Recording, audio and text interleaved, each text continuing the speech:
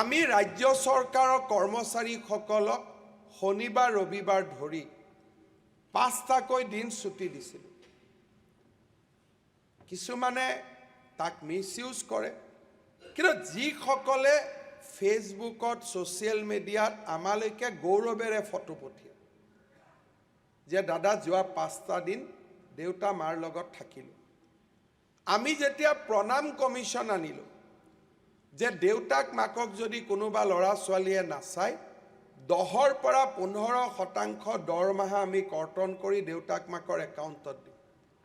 যোৱা 5 বছৰত চৰকাৰী কৰ্মচাৰীৰ দেউতাক মাকৰ অভিযোগ একেবাৰে নোহোৱা হৈ গ'ল।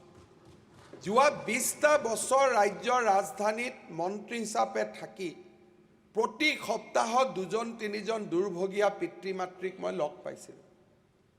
আজি সেই সংখ্যা নোহোৱা হৈ গ'ল, কাৰণ সামাজিক সমালোচনাৰ ভয়ত যিসকলে পিতৃ মাতৃৰ পৰা দূৰত্ব অৱলম্বন কৰিছিলে তেওঁলোকে আজি পিতৃ মাতৃক প্ৰণাম কৰিবলৈ আজি বাধ্য হৈছে।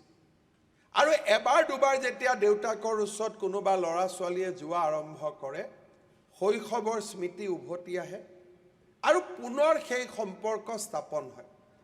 কোনো চৰকাৰে আগলৈকে সংবেদনশীলতাৰ ওপৰত কাম কৰা নাছিল।